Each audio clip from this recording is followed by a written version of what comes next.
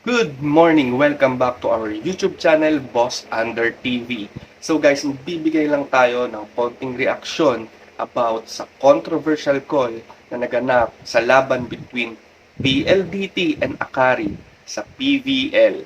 So guys, para may idea kayo, mabilis lang to, panoorin nyo to.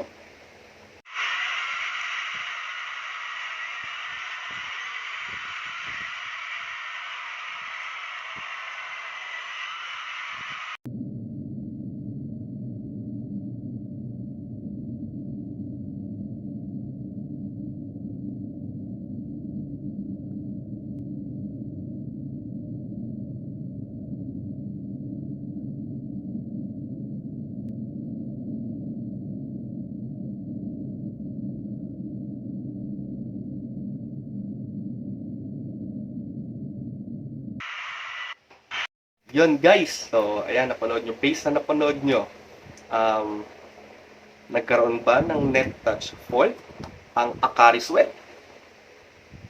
Comment nyo dyan ha, kung anong evaluation nyo doon. Pero, disclaimer lang, ang sasabihin ko is just my own opinion and my own evaluation based sa napanood ko. At hindi nyo matatanong, dati din naman akong volleyball player. So, di karapatan ba ako mag-evaluation?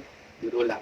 So, based sa napanood ko, guys, there's no net touch fault ang player ng Akari Sweat.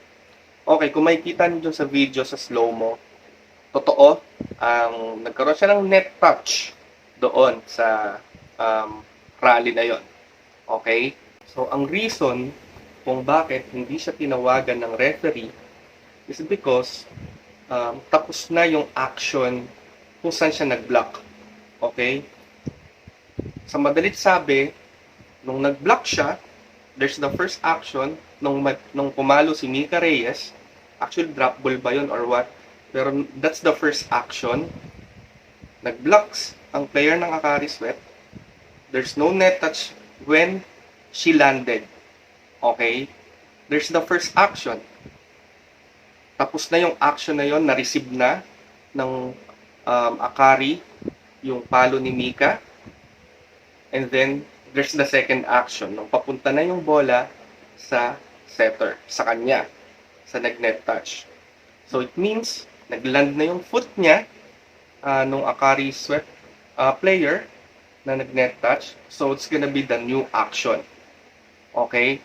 So, it means, good ball, dapat talagang hindi tawagan ng referee ng net touch fault ang mga nangyari.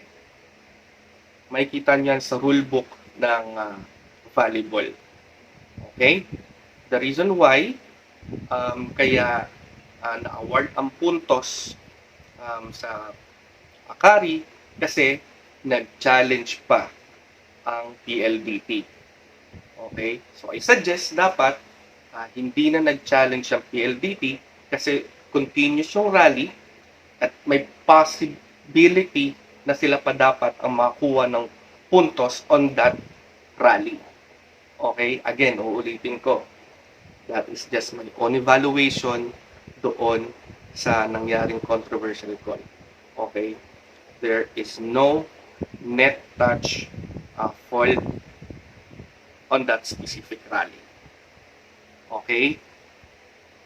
Tama ang desisyon ng referee na hindi tawagan ng Akari Sweat. Again, wala akong kinakampihan.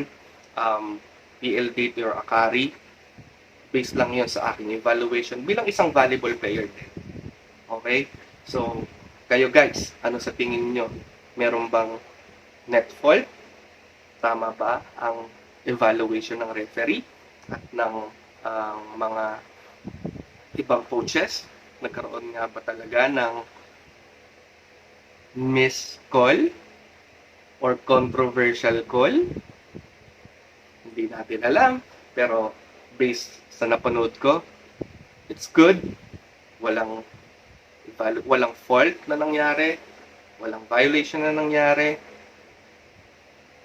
Tama ang call ng referee doon. So yun lang, sabi ko nga, mabilis na reaction video lang about that controversial call. Sana may natutunan kayo. Again, comment nyo lang dyan kung ano sa tingin nyo ang dapat na tinawag or tama ba ang evaluation ko. Thank you so much for watching. Don't forget to subscribe our YouTube channel, Boss Under TV, para updated kayo sa mga bagong videos na i-upload namin. So, yun lang.